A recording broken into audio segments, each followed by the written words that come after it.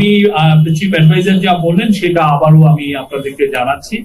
প্রধান উপদেষ্টা বৈঠকে সুস্পষ্ট ভাবে বলেছেন নির্বাচন ফেব্রুয়ারি মানে 2026-এর ফেব্রুয়ারির প্রথমার্ধেই অনুষ্ঠিত হবে। সুষ্ঠু ও উৎসবমুখর নির্বাচনের জন্য রাজনৈতিক দলগুলোর কাছে তিনি পরামর্শ চেয়েছিলেন মিটিংয়ে। তিনি বলেছেন, এটা তার কোট, আপনি লিখতে পারেন কোট হিসাবে, আনন্দ ও উৎসবমুখর পরিবেশে নির্বাচন হবে। জীবনে কখনো ভোট দিতে পারেনি তাদের জন্য এই নির্বাচন ভালো অভিজ্ঞতা দিতে হবে।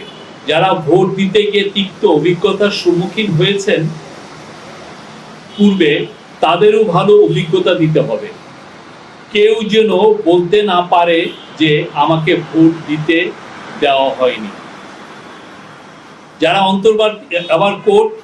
যারা অন্তর্বর্তীকালীন সরকারকে নির্বাচন পর্যন্ত পৌঁছাতে দিতে চায় না, তারা যত রকম ভাবে পারে বাধা দিবে। বাংলাদেশের সত্তাকে গড়ে তুলতে তারা বাধা দিবে। তারা সর্বোচ্চ চেষ্টা করবে নির্বাচন বানচাল করার, এমন পরিস্থিতি সৃষ্টি করার চেষ্টা করবে যাতে নির্বাচন না হয়। এগুলোর কিছু কিছু লক্ষণ এখন দেখা যাচ্ছে, সামনে আরো আসবে। এই জন্য আমাদের আরো সতর্ক হতে হবে। আমাদের চেষ্টা হবে নির্বাচন করার, এবং নির্বাচন ফেব্রুয়ারির প্রথমার্ধে অনুষ্ঠিত হবে। নির্বাচিত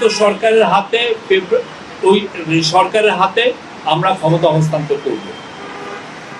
এবারে নির্বাচন অনন্য নির্বাচন, এটা অন্তর্বর্তীকালীন সরকারের নির্বাচন নয়। এটা এই দেশের সকল মানুষের, সকল রাজনৈতিক দলের নির্বাচন।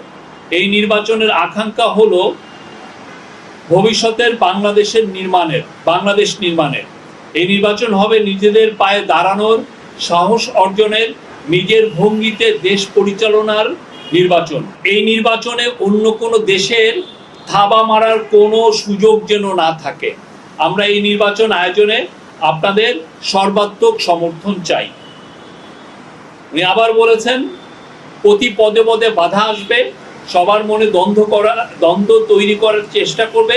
আমরা যেন সঠিক থাকি, স্থির থাকি, সবাই একসাথে সহযোগিতা